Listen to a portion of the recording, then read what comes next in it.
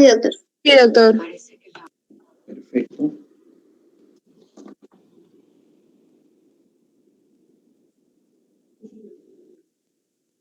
Bien, el día de hoy vamos a hablar sobre los exámenes de laboratorio que se utilizan en forma más frecuente en el área de neonatología.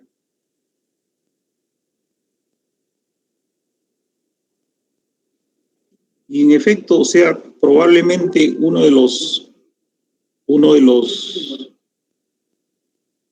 exámenes más seguidos o más frecuentes que se toman en la etapa neonatal es el hematocrito y la hemoglobina, específicamente el hematocrito, ¿no? Recordemos que en términos generales el hematocrito normal fluctúa entre 45 y 65% durante la etapa neonatal. Hay que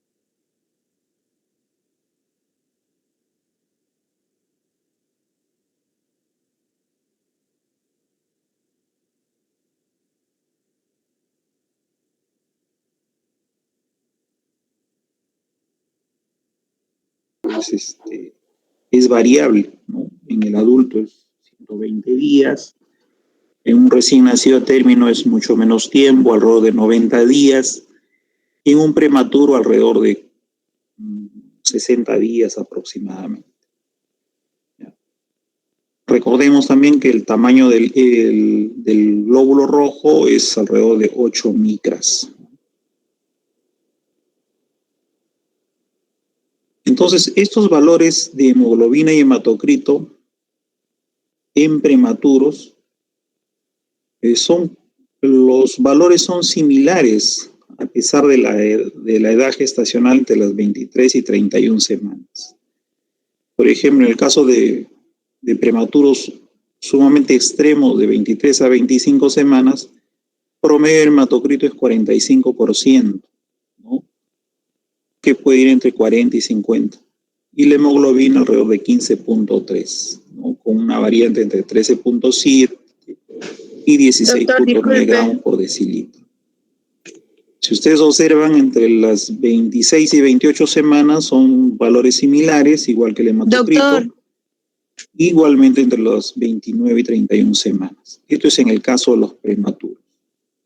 En el caso de los recién nacidos a término como tal, doctor, se toma como valores pues entre 45 y 65% como término medio. Doctor.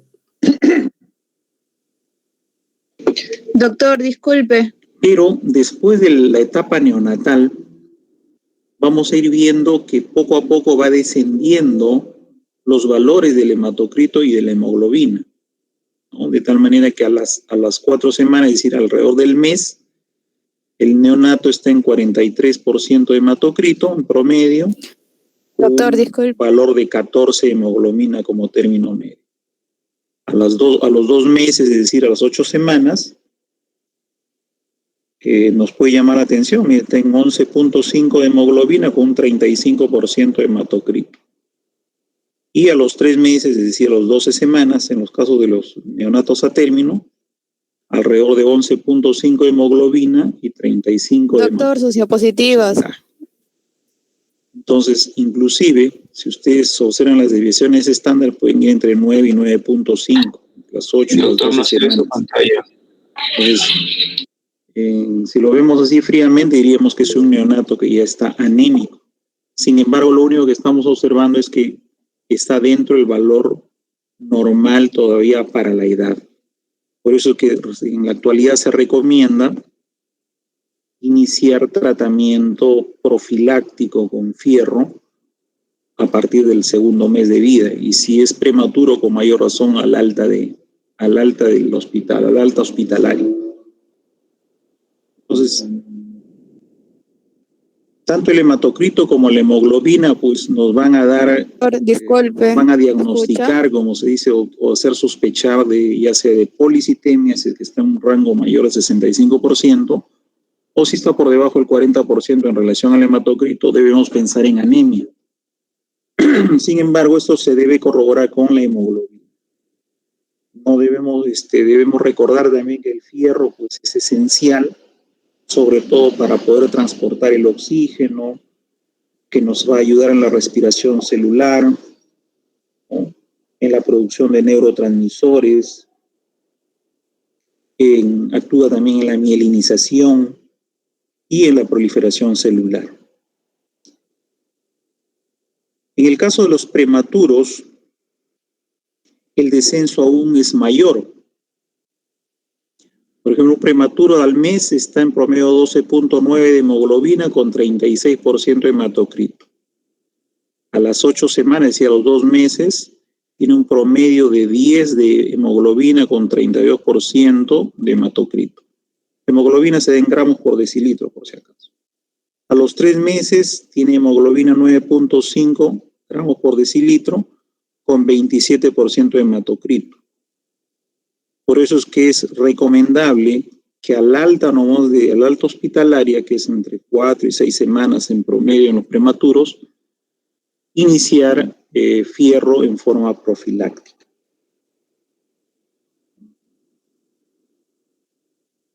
Asimismo, debemos tener en cuenta algunos índices hematimétricos, ¿no? Este BCM significa pues concentración corpuscular media o volumen corpuscular medio, si gustan. HCM, que es la concentración corpuscular media, y CM es la concentración media de la hemoglobina. Entonces también va a variar dependiendo si es de una muestra de cordón o si es de una muestra capilar y también en relación a las semanas, ¿no? Entonces, todos estos valores nos van a servir para determinar pues, si es una anemia ferropénica, ¿no? O si es macrocítica, microcítica. Entonces, eso asociado a la ferritina debemos determinar si es pues, ferropénica, que es la forma de anemia más frecuente en los recién nacidos. Entonces, va a variar dependiendo de los días. Los primeros 3 días es similar, 108, la primera semana 107 en relación al volumen corpuscular medio. Doctor. Y así va a ir. Sí, dime. Doctor, varios de nuestros compañeros no logran escuchar ni ver la diapositiva y la delegada se quiere comunicar con usted, pero no pueden, creo que no la escucha. Doctor, ¿me escucha? ¿No se escucha? Doctor, sí disculpen. Doctor, ¿me escucha? Sí, te escucho entrecortado, pero sí te escucho, dime. Doctor, disculpen.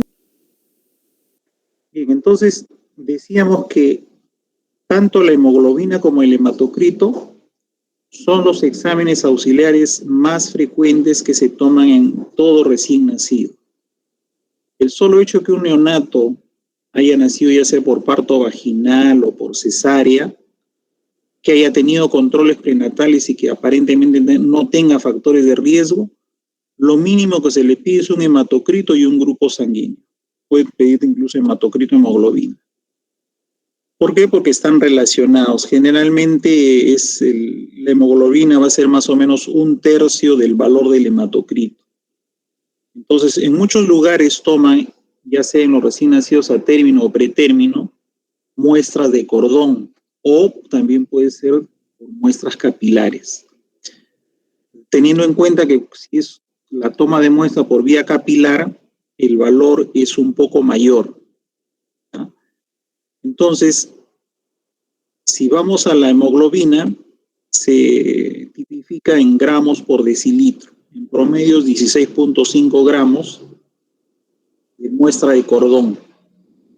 Sin embargo, podemos ver en forma estadística si puede llegar hasta 13.5 cuando son 2 desviaciones estándar. En relación al hematocrito, en promedio es 51%, igualmente puede llegar hasta 42 con las 2 desviaciones estándar. Si vemos en relación a los eritroblastos, que se da por 100 leucocitos, en promedio es 500, y los reticulocitos se da en porcentaje, es aproximadamente 3.2, que puede llegar a 1.3 de acuerdo a las 2 desviaciones estándar. Les decía que en relación a los reticulocitos, permanecen en la médula ósea más o menos 4 días, y luego salen a sangre periférica, donde más o menos en 1 o 2 días se van a convertir en glóbulos rojos o eritrocitos. De tal manera que la vida media de un glóbulo rojo en un adulto es aproximadamente 120 días. En cambio, en un recién nacido a término, en promedio es 90 días. Y si es un prematuro, vive menos tiempo, alrededor de 60 días. Recordar también que el glóbulo rojo mide más o menos unas 8 micras. Entonces, en términos generales, el hematocrito en los recién nacidos a término fluctúa entre 45 y 65%. De tal manera que si está por encima de 65%, se considera policitemia. Y si está por debajo de 40%, generalmente está en rangos de anemia. En el caso de los prematuros, entre las 23 y las 31 semanas, los valores son casi similares, tanto en el hematocrito como en la hemoglobina. Por ejemplo, entre las 23 y 25 semanas, el hematocrito fluctúa como término medio en 45%, pero puede llegar a valores entre 40 y 50%. En cambio, la hemoglobina, que se da en gramos por decilitro, está alrededor de 15.3. Entre las 26 y 28 semanas de hemoglobina tienen 15.6 como término medio en gramos por decilitro y 46% de hematocrito. Y entre las 29 y 31 semanas, el hematocrito está alrededor del 50% y la hemoglobina alrededor del 16.7 gramos por decilitro. Ahora, y les decía pues que en los atérminos fluctúa entre 45 y 60% de hematocrito, de tal manera que la hemoglobina más o menos fluctúa entre 15 y 20 o 22 gramos por decilitro para los recién nacidos a término. Y una vez que ha pasado la etapa neonatal, en los recién nacidos a término, alrededor del mes, tiene un hematocrito de 43% en promedio, y que a medida que van pasando las semanas, este hematocrito va a ir descendiendo. Por ejemplo, a las 8 semanas, que es decir, los 2 meses, alrededor del 35%, y a los 3 meses debe mantenerse alrededor del 35% como promedio. Igualmente, la hemoglobina al mes baja a 14 gramos por decilitro, a los 2 meses está en 11.5 y similar al tercer mes, que son las 12 semanas. Debemos recordar pues que a medida que va pasando las semanas, el neonato, o en este caso ya el lactante, va disminuyendo tanto su hematocrito como su hemoglobina. Por eso es importante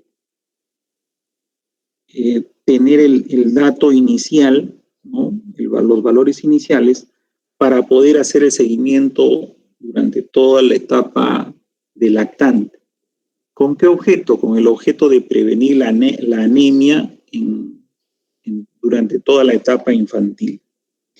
Recordemos pues que el fierro es muy importante y es esencial pues para el transporte de oxígeno, para la respiración celular, para la mielinización, para la producción de neurotransmisores, para la proliferación celular inclusive. Entonces, en los prematuros, a las 4 semanas, el hematocrito está en alrededor de 36%, a las 8 semanas desciende a 22% y a las 12 semanas alrededor de 27%. ¿No? Paralelamente, la hemoglobina a las 4 semanas desciende en promedio a 12,9 gramos por decilitro, a las 8 semanas a 10 gramos por decilitro y a las 12 semanas a 9,5 gramos por decilitro. Es por eso que a todos los prematuros al alta hospitalaria se recomienda iniciar tratamiento con fierro por vía, en forma profiláctica.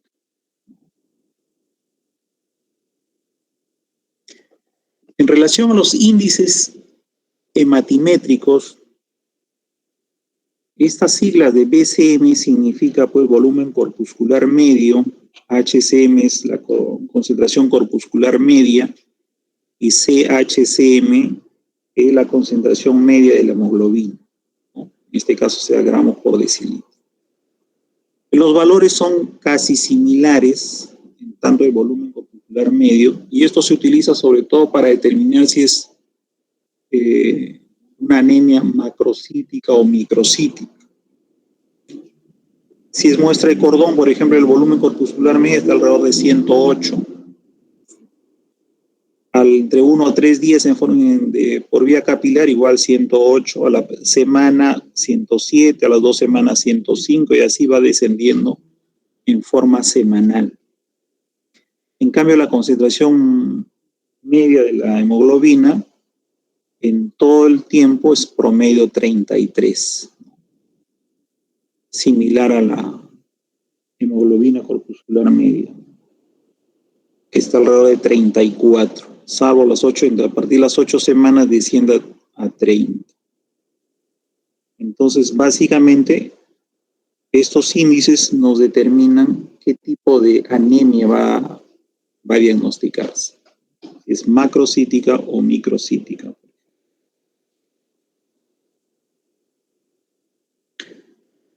Asimismo, debemos recordar que en relación a la hemoglobina y el hematocrito, debemos tener en cuenta el volumen sanguíneo, ¿no?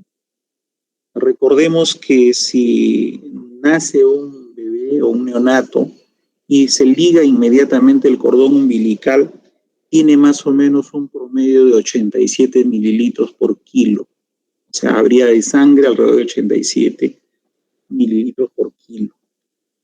Pero si ligamos después de alrededor de los 3 minutos, va a depender si el neonato está con la cabeza debajo del útero o por encima del útero. Si está por encima del útero, el volumen desciende más o menos a 67, pero si está por debajo del útero, se incrementa hasta 106 mililitros por kilo.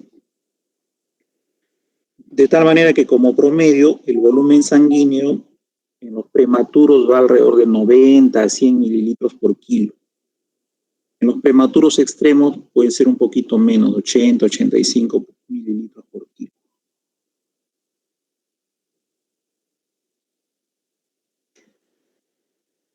En relación a los glóbulos blancos,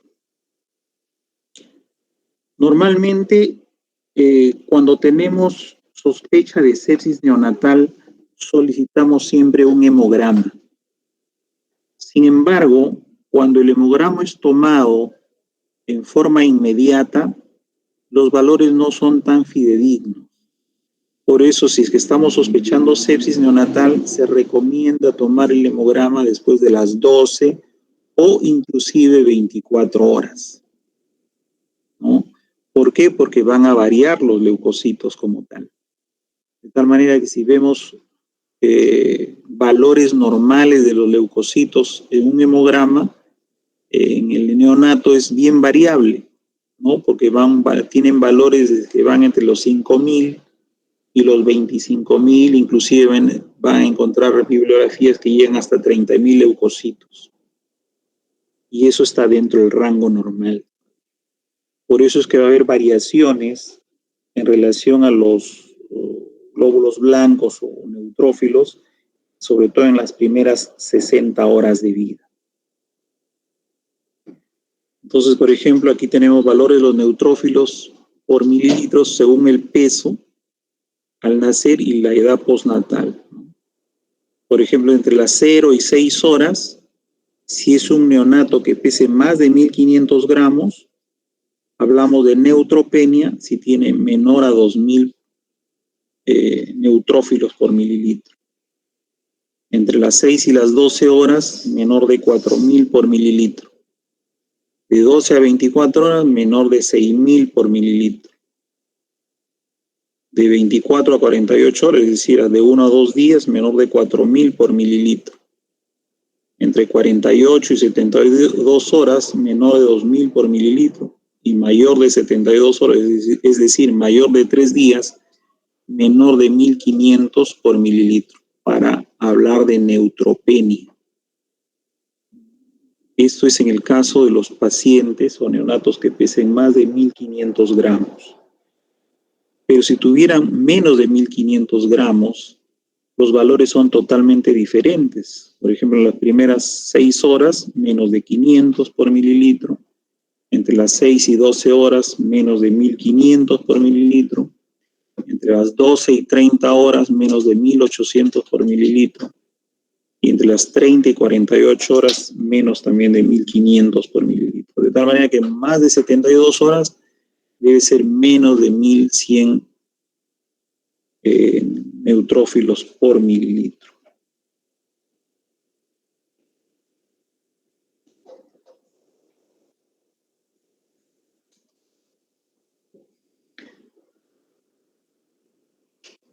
Asimismo, vamos a solicitar pruebas de coagulación cuando estamos sospechando algún síndrome hemorrágico o alguna alteración de la coagulación.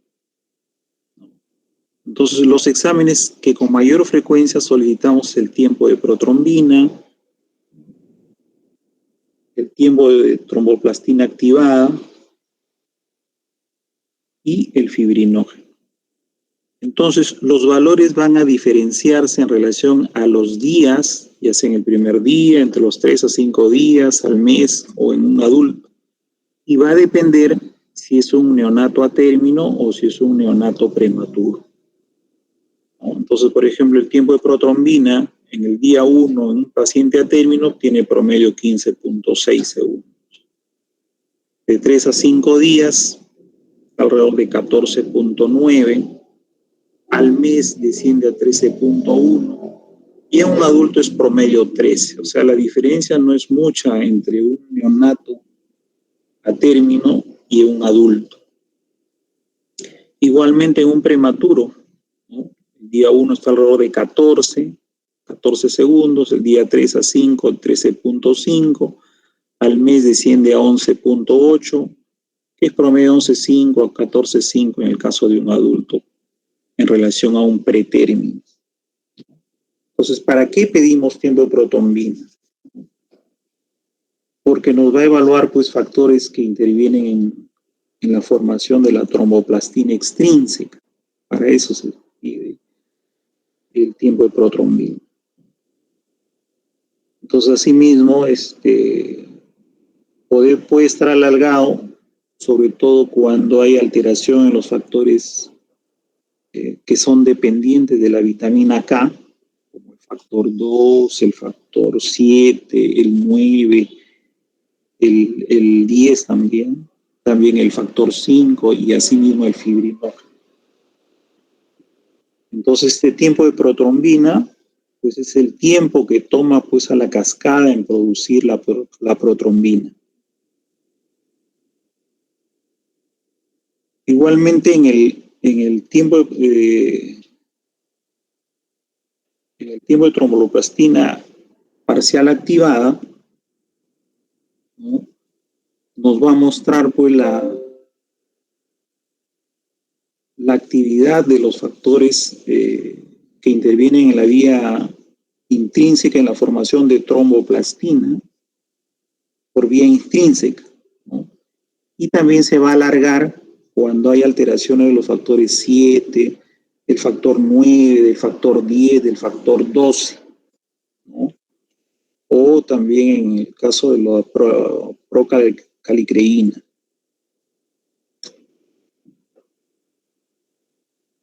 Entonces, tanto el tiempo de protrombina como el tiempo de tromboplastina parcial activada y el fibrinógeno necesariamente son exámenes que vamos a pedir cuando hay trastornos de la coagulación en el caso de un neonato.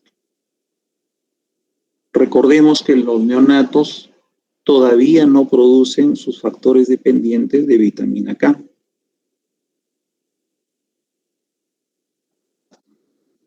Rangos de referencia en relación a las plaquetas en un neonato de 3 días de edad en promedio. Entonces, el número de plaquetas es importante pues, para que los neonatos conserven o realicen una buena coagulación. Recordemos que el tiempo de vida media de las plaquetas es alrededor de más o menos de 7 días. Y cuando vamos a pensar en la disminución del número de plaquetas, se conoce como plaquetopenia o trombocitopenia. Y eso casi siempre está relacionado con cuadro de sepsis neonatal, con cuadro de enterocolitis necrotizante, con infecciones por citomegalovirus, por herpes o coagulación intravascular diseminada. Entonces, igualmente, va a depender de la semana de edad gestacional, de tal manera que el valor promedio es casi similar, ¿no? Si ustedes ven los prematuros extremos de 22 a 24 semanas, está alrededor de 225,000 como valor medio. Igual entre las 25 y 29 semanas, recién entre las 30 y 32 semanas, el valor medio aumenta a 240,000 y después de ello, igual que un neonato a término, está promedio de 250,000, con rangos variables, por supuesto.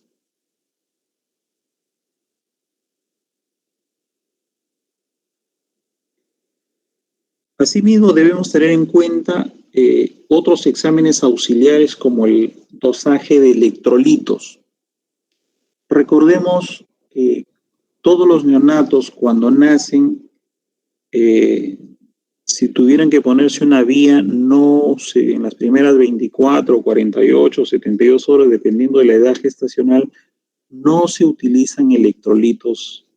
¿Por qué? Porque inicialmente los neonatos nacen edematosos, de tal manera que en las primeras 24 o 48 horas van a fundir, como se dice, edemas y con incremento de pérdida de sodio y potasio. Entonces, si tuviéramos que iniciarle electrolitos a un neonato a término, en las primeras 24 horas no se utilizan electrolitos. Sin embargo, después de las 24 horas recién se va a iniciar el tratamiento o requerimiento mínimo diario de sodio y potasio. Recordemos que el sodio como aporte diario debe estar entre 1 a 3 miliequivalentes por kilo o en su defecto hasta 4 se puede. En cambio el potasio sea de 1 a 2 miliequivalentes por kilo por día. Entonces, aquí tenemos los valores tanto en los pacientes a término como en los prematuros, ¿no? Por ejemplo, en relación al cordón, en las primeras 12 horas, de 2 a 3 días, ¿no? En el caso de los a término. En los prematuros, en las primeras 24 horas y a los 3 días. Entonces, si es muestra de cordón, está alrededor de 138 en el caso del sodio y el potasio está alrededor de 5.3 con un cloro de 107. En el caso del recién nacido a término, en las primeras 12 horas está en 137 de sodio. En esto se dan 1000 equivalentes por litro y 5.2 de potasio, con 111 de cloro. Entre el segundo y tercer día los valores son similares en el caso del paciente a término. En cambio, si es un prematuro, tenemos un poquito más de sodio, que está en 140, y a las 72 horas debe mantenerse similar, y el potasio ligeramente mayor en relación a la término, 5.6, tanto a las primeras 24 horas o después de las 72. El cloro se mantiene en 108 tanto en las primeras 24 horas o después de las 72 horas. Entonces, ¿por qué es importante el sodio y el potasio básicamente? ¿No? Porque son los electrolitos, como se dice, de mayor importancia, porque van a permitir pues, la despolarización neuronal. Entonces, recuerden ustedes la famosa bomba de sodio-potasio. Entonces, es importante que esos niveles pues, sean los adecuados, porque si no vamos a tener desequilibrios hidroelectrolíticos dependientes de sodio o de potasio. Tanto la hiponatremia como la hipernatremia o la hipocalemia o la hipercalemia nos va a generar un desequilibrio importante. Entonces, sobre todo en deshidratación hipernatrémica o en pacientes sometidos a cuadro de sepsis neonatal, podemos tener alteraciones a nivel de sodio y potasio. Un momentito, por favor. Aló. Otros exámenes auxiliares que normalmente se toman o debemos tener en cuenta es el calcio, ¿no? Sobre todo en aquellos neonatos que bajos de peso o prematuros, es importante dosar el calcio, porque sobre todo los neonatos que estén sometidos a nutrición parenteral, debemos de dosar calcio, así como el fosfato, el magnesio. ¿Por qué? Porque para dar nutrición parenteral, la idea es dar no solamente nutrientes que tengan pues proteínas, calorías, ¿no? Sino también minerales. Entonces, todos estos minerales nos van a servir sobre todo para un mejor manejo nutricional. Entonces, igualmente, en el paciente a término, tenemos pues en muestra de cordón en las primeras 12 horas o entre el segundo y tercer día de vida. Entonces, el calcio, disculpa un ratito. ¿Aló? Sí. Dime. Brian, un favor, ¿me puedes llamar en 1 hora más o menos? Porque estoy en clase en estos instantes. Listo, ok, listo. Bien, entonces les decía que el calcio, ¿se escucha a propósito? Sí, doctor. Sí, ya. Sí, Les decía que en el caso del calcio, es importante dosarlo siempre en pacientes de bajo peso o muy bajo peso que estén sometidos a pobre tolerancia oral o sencillamente que estén recibiendo nutrición parenteral. Igualmente el fosfato y el magnesio. Entonces, es importante que tengamos por los valores mínimos o los valores medios para poder determinar si están en rango bajo o alto. Igualmente el lactato, ¿no? El lactato, los valores tanto en cordón como recién nacidos a término, en los prematuros no los han dosado, pero se extrapola que si están por encima de esos valores, casi siempre están relacionados pues a sepsis neonatal. Cuando tomamos gases arteriales es importante verificar el lactato. ¿Para qué? Porque si superan estos valores nos está indicando la gran posibilidad de los cuadros de sepsis. Igualmente, dosar las proteínas totales en un recién nacido. ¿Por qué? Porque si tenemos generalmente esto se da más para los prematuros, porque ellos casi siempre están con nutrición enteral mínima o con nutrición parenteral. Entonces recordemos que, por ejemplo, un neonato, ya sea término o pretérmino, requiere más o menos entre 2 a 4 gramos de proteínas por kilo por día. Entonces, si nuestro aporte inicial es bajo, como generalmente es bajo al inicio, ¿no? Pero si ya tenemos larga data de un paciente hospitalizado, sobre todo sometido a nutrición parenteral, casi siempre vamos a requerir dosar proteínas totales, donde vamos a determinar cómo está la albúmina, cómo están las globulinas. ¿Con qué objeto? Con el objeto de determinar pues, si es que hay o no hipoproteinemia, porque si no, debemos seguir aumentando proteínas. Igualmente, la glucosa o la glicemia podemos dosarla ya sea en todos los recién nacidos a término o pretérmino que tengan algún tipo de riesgo de hipoglicemia. Por ejemplo, extremadamente bajo peso, muy bajo peso, o pequeños para edad gestacional, o que tenga retardo de crecimiento intrauterino, ¿no? Macrosómicos, o aquellos neonatos o lactantes dentro del primer mes que tengan pobre tolerancia oral, que pueden estar cursando con hipoglicemias transitorias, por ejemplo. Entonces, la glicemia ya puede tomarse por vía periférica, vía de sangre venosa, o se puede tomar por unas cintas que se llaman cintas de hemoglucotest, el cual el resultado es en forma inmediata. Otro examen importante que debemos tener en cuenta es la proteína C reactiva. La proteína C reactiva recordemos que es un reactante de fase aguda que toma importancia sobre todo cuando estamos pensando en sepsis neonatal. Es decir, si yo estoy sospechando un paciente con sepsis neonatal en el cual tengo clínica, ¿no? Entonces estoy en la posibilidad de pedir una proteína C reactiva. Si esta proteína C reactiva puede ser cualitativa o puede ser cuantitativa. Lo más importante es que sea cuantitativa. Sin embargo, no toda proteína C reactiva positiva, ¿no? O que sea mayor de 1.2, como está acá,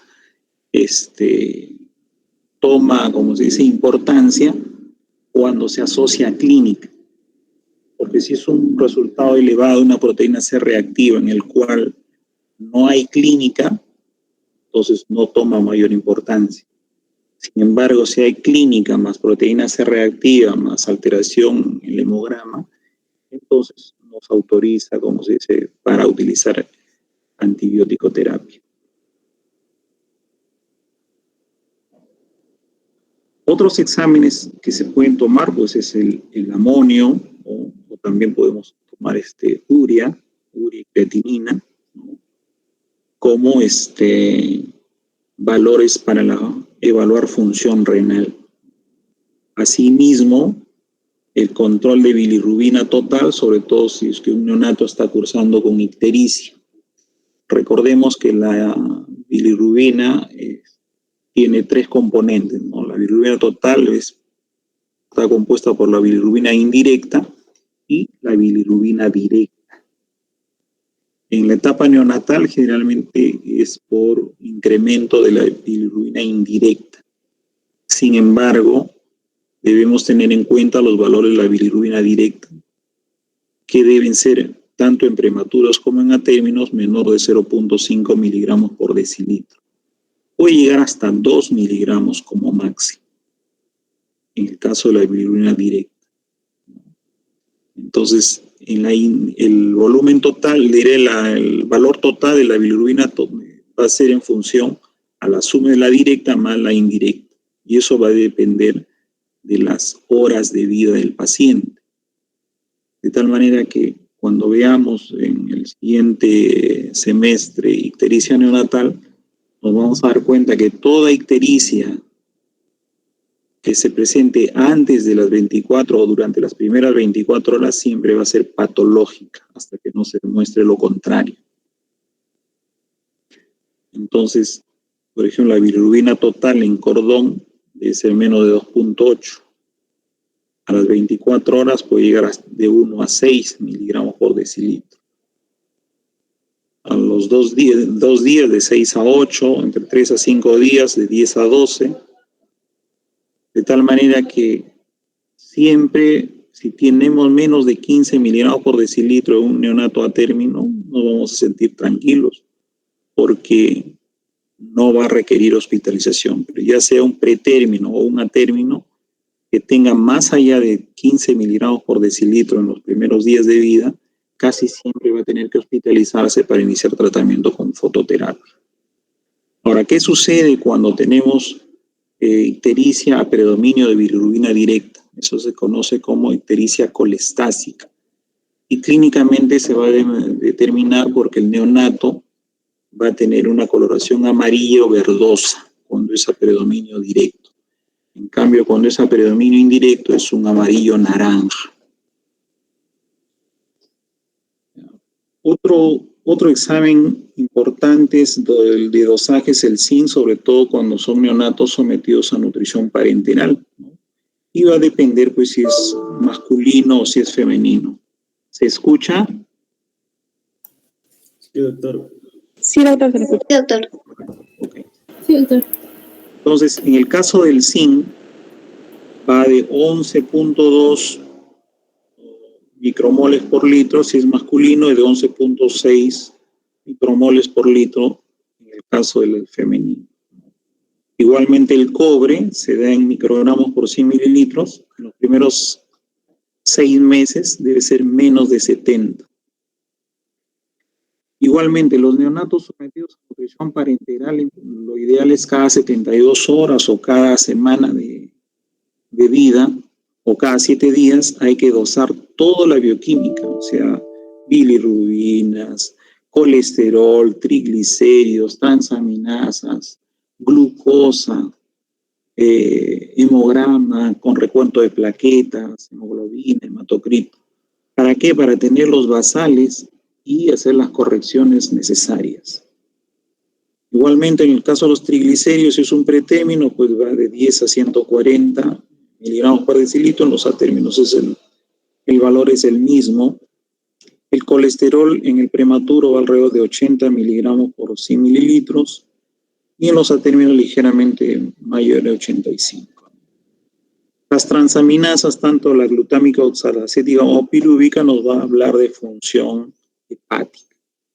Entonces, si tenemos un neonato con incremento de estas dos transaminasas, debemos de pensar, pues, o está haciendo una ictericia colestásica por nutrición parenteral, o tiene una hepatitis B, ¿no? O alguna otra hepatopatía que debemos de estudiar. Otro examen auxiliar que es importante en la etapa neonatal y que siempre se solicita es el examen de orina o sedimento urinario. Es importante también de tener en cuenta cómo es que se toma la muestra.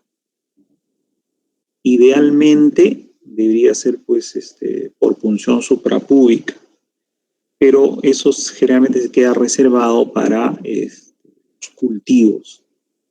Entonces, generalmente en el neonato se toma a través de una bolsa colectora, pero debemos tener en cuenta que esa bolsa colectora no esté más allá de 30 minutos en los genitales del neonato. Que si fuera un niño mayor podría tomarse pues, de un chorro medio. Entonces se recomienda que para tomar la muestra, ya sea un neonato varón o mujer, previamente debe lavarse bien los genitales con agua y jabón, se seca los genitales y se coloca la bolsa colectora. Esa bolsa colectora, como les repito, no debe estar más allá de 30 minutos porque si no se contamina. Si está más tiempo, entonces puede contaminarse fácilmente y el resultado va a ser inadecuado.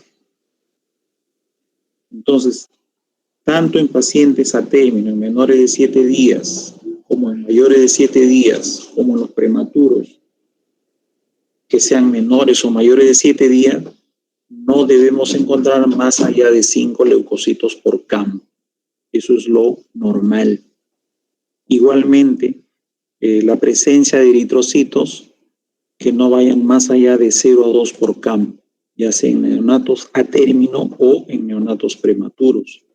Igualmente, las células descamativas deben ser menores de 5 y no debe haber presencia de bacterias. Recordemos que el volumen urinario, tanto en a término como en prematuros, va de 1 a 5 mililitros por kilo por hora. Por encima de 5 estamos hablando de poliuria. Por debajo de 1 estamos hablando de oliguria. Por debajo de 0,5 de oligoanuria, y si no orina, pues obviamente está en anuria. Y la densidad va entre 200 y 1031 y 1300. Entonces, esto es un examen de orina, como se dice, normal. Entonces, lo que siempre debemos de evaluar es el incremento, pues ya sea de leucocitos o la presencia de eritrocitos, y si que hay o no bacterias. Ahora, si tenemos un sedimento patológico, no necesariamente es una infección urinaria. Entonces debemos tener en cuenta que el siguiente paso, si tengo un sedimento patológico, es el cultivo de orina. Y como ya hemos visto en la clase, en una de las clases anteriores, que la mejor forma de obtener cultivo es mediante punción suprapúbica o mediante la cateterización, pues, de los genitales de la vía urinaria para obtener la orina respectiva, la orina aséptica.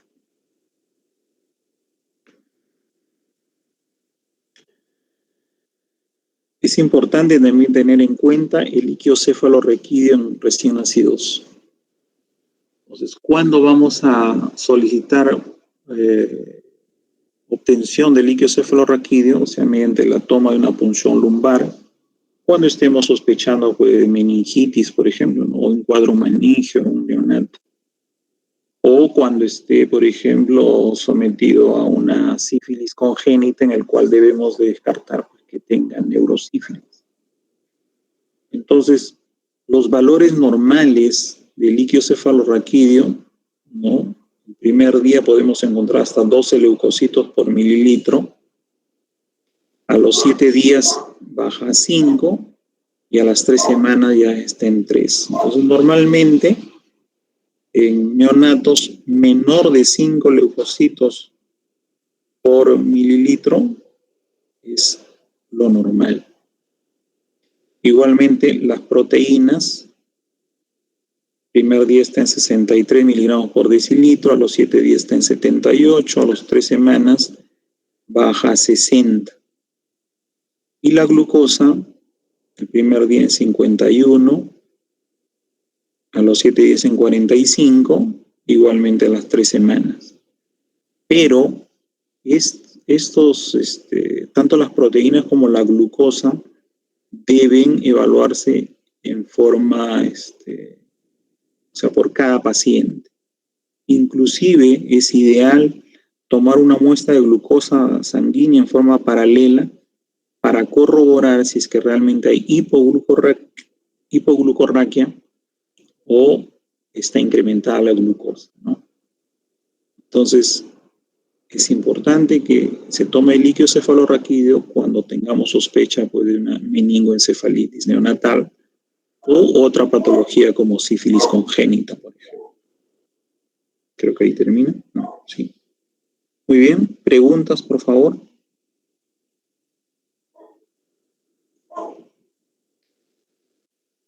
Doctor, buenas